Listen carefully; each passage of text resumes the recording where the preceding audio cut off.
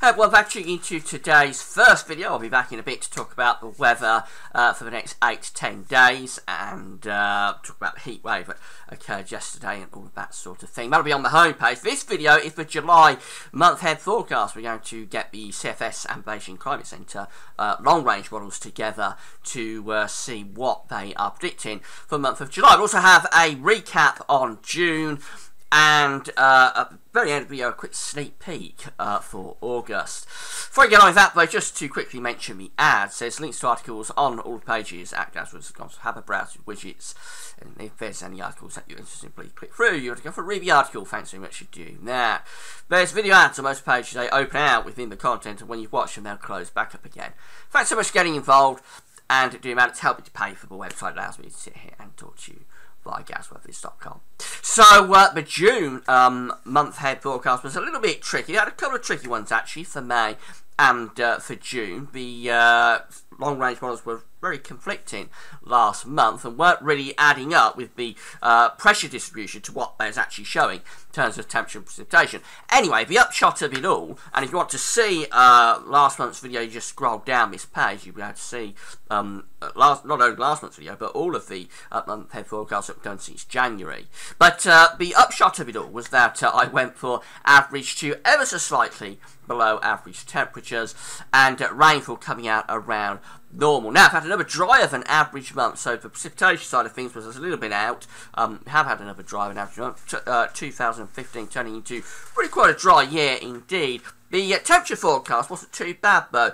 This is the central temperature from Hadley. This goes all the way back to 1659. And you see that we've got June's number in now, and June comes out with a central temperature of 14.0, which is almost bang on average, actually around 0.1 of a degree cooler than average, but really you can say it's more or less bang on average in terms of the temperature anomaly for June. So we said average to ever slightly cooler than average. It was a pretty cool month, really, and it just goes to show how statistics can sort of sometimes not give you a totally representative view of what happened, because the first 3 weeks of June were really quite cool, and at one point around sort of the middle part of the month, it looked like we could be on course for the coldest June since 1991. I did a video on that around the middle of June saying that that was a possibility. So 3 weeks of very cool weather, and then we got some really warm weather at the end and a very, very hot final day, and that sort of pulled us up to average. But did we have an average month really, or did we have a cooler than average month? So you have 3 weeks that are cooler than average, and then 1 week right at the end but is warmer. Then have you had an average week? Have you had an average month? Have you had a cooler than average month? Really, I'll let you decide. But in any case, the June forecast in terms of the temperature side of things wasn't too bad. But the rainfall, again, it's a little bit drier than expected. So let's go on and have a look at the situation for July. This is the 700 millibar height anomaly chart for July from the CFS V2. As you know, with high anomalies, red extrapolates to high pressure and blue extrapolates to low pressure. So what the model is predicting for July is a big ridge here across central parts of Europe, an anomalous ridge of above average heights with a trough in the Atlantic. Excuse me, and a trough up over Scandinavia as well. So the jet stream is going rather like that, and more or less to the north of the country. So it is hinting, I think, CFSV2 at a warmer than average month. With these troughs to the north and the west, there would be rain coming through at times, but I think overall the model probably seeing a pattern that should be conducive to give us a warmer than average July. The temperature anomalies are quite interesting because many parts of Central and Western Europe are coming out warmer than average, as I'm sure you can see. So from Germany through France into Spain, I mean on in Central Europe, we've got warmer than average temperature anomalies. Up in the north, it's actually cooler than average. That's where the jet stream is running through, of course, up to the north. So a little bit cooler and more unsettled there. For us, we're in a little bit of a no man's land, really, between the cooler stuff that's up to the north over Scandinavia and most of Europe, which is looking significantly warmer than average. I think what we're probably likely to come out with is a milder than average month, but I'm not sure it's going to be a desperately hot month. But I do think we'll probably come out on the milder side of average on Madden. I would expect this over time to go more towards the orange colours. The precipitation anomaly is again coming out drier than average. Very, very dry month across many parts of Europe, particularly across central and eastern parts of Europe. The wetter than average anomalies, above average rainfall anomalies, again up to the north. That's hinting that the jet stream is going up to the north of the country. For us, we're coming out with these drier than average rainfall anomalies. So again, probably likely to be another drier than average month. I say 2015 is turning into a pretty dry year.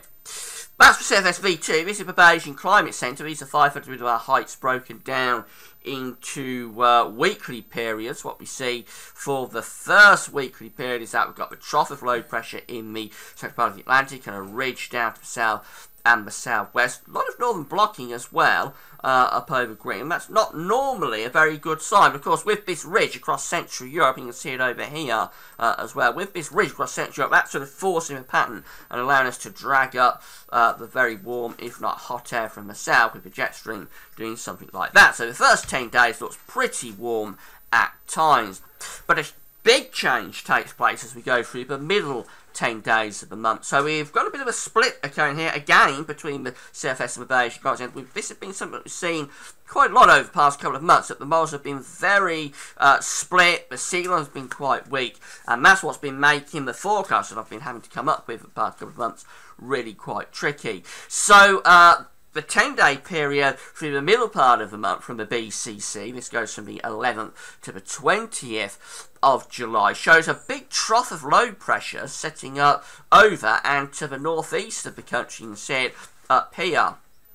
A ridge is pulling out into a long way out into the Atlantic, going towards Newfoundland, which means that the jet stream is actually coming through the country. So we bring the jet stream back down, and we've got a trough there. So that's a much more unsettled and cooler situation through the middle 10 days of July. That could be proper unsettled conditions, and certainly with the jet stream digging down across the country, pretty cool as well. And then as we go through to the final 10 days of July from the Bayesian Climate Centre, this going from the 21st to the 30th, well, still the same sort of pattern, although the signals are weakening, so this could be a transitional period, and I won't show you the next 10 days, the first 10 days of August, but it does show a ridge building in. So this, for the final 10 days of July, could be transitional, perhaps starting off quite cool and unsettled and then turning more settled and drier and warmer as we go through to the final days of the month. But overall, for the anomaly, the jet stream is still probably doing something like that. So it's still relatively unsettled, probably, for the final 10 days, and probably relatively cool as well, but not as bad as the middle 10 days, and it is probably transitioning to a warmer, drier, more settled pattern for sort of the final, let's say, 4 or 5 days. So averaging it all out, the temperature anomaly with this is coming out for July cooler than average from the Bayesian Climate Centre. That's even taking into account the very hot opening day that we had yesterday. And when I do the second video later today, we'll be able to see the Central England temperature from yesterday from Hadley, see how hot it was in Central England. It's going to be something very, very impressive. But for the anomaly for the month of July from the Bayesian Climate Centre, the model is actually seeing a cooler than average month, can you believe? In terms of the rainfall anomaly, the south is coming out a bit drier than average, the north is coming out a bit wetter than average. Again, I'm not sure about that. Because, as I say, we are having a very dry year. Although, of course, just because we're having a dry year, it doesn't mean that we can't have a wet month. Things could flip around at any point.